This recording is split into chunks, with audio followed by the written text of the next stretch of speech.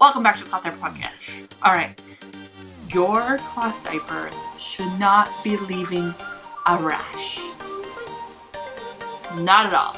I was on Instagram the other day doing my scroll thing, interacting with the hashtags that are cloth diaper popular, and I came across a post where somebody said, I tried cloth diapering but I got a rash. I had to stop cloth diapering because we got rashes.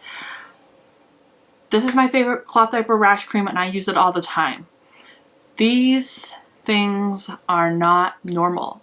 I actually had an argument with somebody on Instagram because they told me that rashes were normal, that all cloth diapered babies got rashes, that rashes should be expected with cloth diapering. And no, your baby should not be having a rash because they are cloth diapering.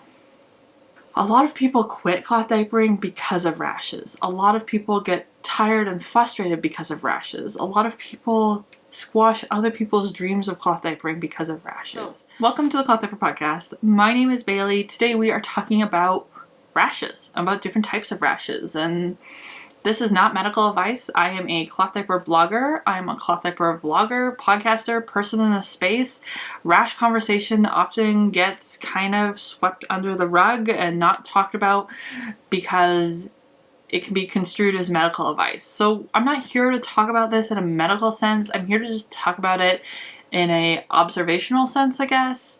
If you like cloth diaper content, don't forget to hit that like button and subscribe to this channel because we are all about cloth diapers here on the podcast. If you need advice on your rash, go visit your doctor.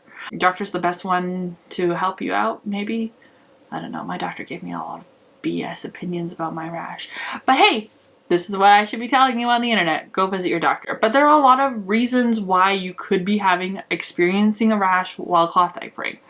It shouldn't be the norm. It shouldn't be your day-to-day experience. Rashes, but babies do get rashes to cloth diapers, just like babies get rashes to disposable diapers. And there's a lot of things that it could be, and these are things that you could explore with your doctor. These are things that you could explore on your own. So let's walk it through. There will be no pictures in this because I do not want to get demonetized. I do not want to get taken off the internet, and I enjoy having my comment section. So let's go. In my experience, the first reason we get a rash is when there's a change in diet or teething. So teething is one of the biggest culprits for rashes in my own home. Teething usually means a lot of saliva, yuckiness in the mouth, and while sometimes kids drool it out, some kids poop it out or pee it out, and things get different and more acidic. And I notice when my children are teething, they are more prone to a rash. I also notice when my children's diet changes, they are more prone to a rash. You feed them a bowl full of spaghetti and their poop is now a little tomatoey acidic, and if they sit in it a little long, we get a rash. And these things may happen quicker or less quicker, and I find that with my kids, like, they were more likely to get spaghetti or orange rashes when they were like 6-8 months old, but now that they're 2, they're less likely to feel the impacts of acidic foods or changes in their diets on their skin. Number 2 is a wash routine.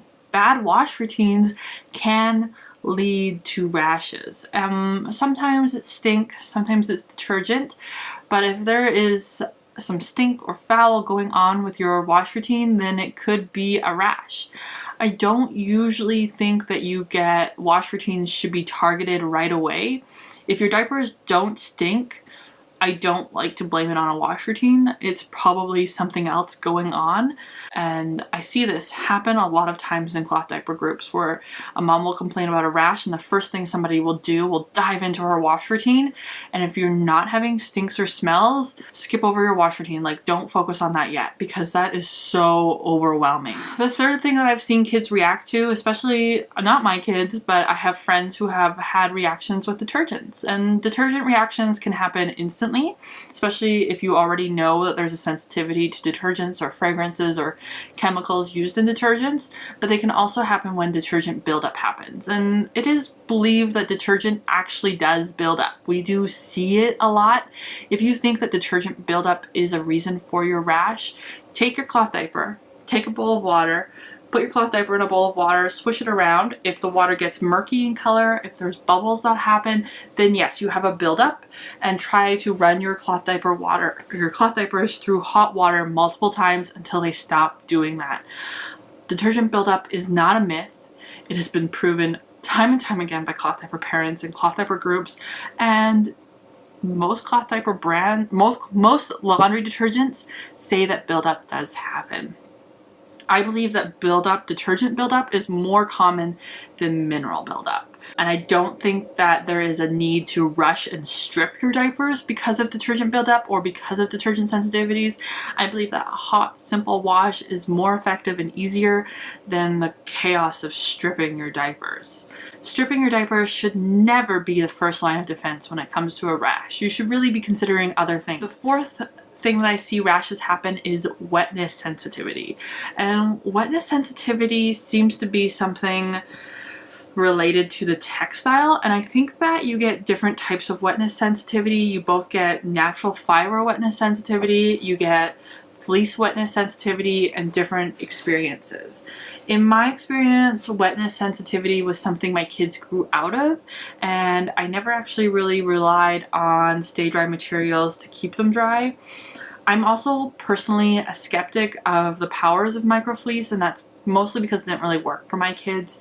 It's mostly because I don't like the feeling of wet microfleece against my body, and so not my go-to suggestion, but a lot of people do find that some sort of microfleece liner can reduce wetness feeling or wetness rashes. I had Eco Mama Christina on the show earlier this year, and she talked about how the fact that her kids really reacted to wet cotton, and when she shifted away from wet cotton, she had a problem. I saw a mom she didn't have a problem anymore. She moved to bamboo. I saw another mom in a cloth diaper group who said that whenever her kid wore fleece diapers, she got a huge rash, but if she was using hemp diapers, she never got a rash.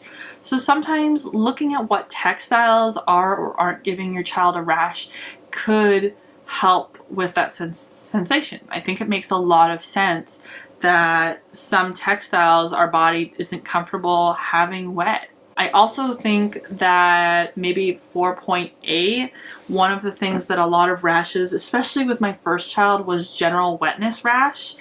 And that was from heat and wetness and just learning how to keep that area dry. He was a really heavy wetter and he peed through a ton of diapers. And once I kind of learned to keep the area really dry, so lots of air time, lots of frequent changes every time he peed, we really were able to tackle what he was kind of getting. And so I really think that sometimes rashes happen with cloth diapers because the area is kept hot and wet for too long. Unlike a disposable diaper, which really pulls the liquid into that sap material, you see like the wet hangs out. So if your child has peed, change the diaper. And between changes, I think consider using cloth wipes, because cloth wipes, you can pat it dry. If you're using a wet wipe on already a wet space and you're not letting it dry, sometimes that can aggravate things. So dry. With my first child, I did use powder. I used cornstarch. I used cornstarch baby powders. Put it on my hands and I would rub it on his body to reduce some of that moisture. We had a lot of moisture issues, and sometimes moisture issues is really tackling and keeping that area dry between changes. Do not add powder cornstarch to a yeast rash. Go to a doctor if you think you might have a yeast problem, because cornstarch and yeast don't mix. That's why doctors are important to consider in this conversation. So, number 5 is a microfiber rash. If you don't know and you are putting microfiber directly against the skin, microfiber will draw away too much moisture and you can get a rash from that. So do not put microfiber against the skin. Make sure that you stuff it in your pocket or do whatever. If your microfiber insert is wrapped in a fleece like these little helpers, you're fine. What we're really concerned about is straight up microfiber like this. That will leave a rash if you have it too much against the skin. So just make sure you're putting these in your pockets. The sixth thing that causes rashes is yeast. I've never had a yeast rash with my children. That's not been a challenge for us. If you do have a yeast rash, it is best to advise to chat with your doctor, see what the options are. A lot of parents are still able to cloth diaper with yeast rashes, but there are things that you can or shouldn't do, and a lot of people will just go to a disposable diaper until the yeast is cleaned up. I am not the person to ask about yeast rashes. Check with your brand or retailer. They probably have the best up-to-date advice. I've just never dealt with a yeast rash. I don't know if we're lucky or what. I know some people really struggle with yeast rashes. So those would be my 6 things. So changes in diet or teething, problems with your wash routine, problems with detergents, wetness sensitivity as it relates to textiles or just general wetness in the diaper, too much wetness, microfiber rashes, and yeast rashes. Most of the times I think it is a wetness problem, too wet for too long. Most of the time I think it's a teething problem or not changing the diapers regularly.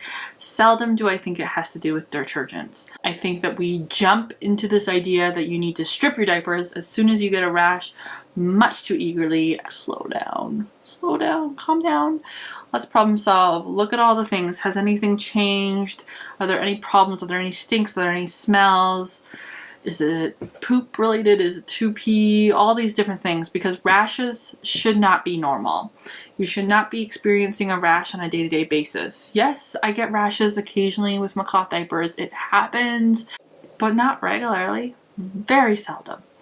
Very seldom. And one of the reasons that, like, when you look at the research out there, sometimes people will say cloth diapering led to rashes is because prior, when we were doing that research, we were washing cloth diapers very differently. There was a lot of bleach, a lot of wet pails, a lot of different wash routine advice out there, and we've really shifted, and we have access and we have knowledge to a wider array of rash experiences today than we did before. When it comes to fixing rashes, I use Delish Naturals, which actually I think is out in the living room because I was taking a picture of it.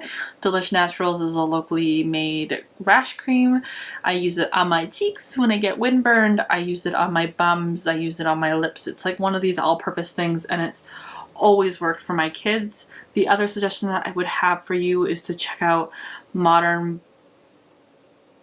Botanicals by Caitlin. She ran Modern Bottom Babies, and she creates also another great product in the United States that is nut-free, super natural, super made with love. I'll add links to those brands down below.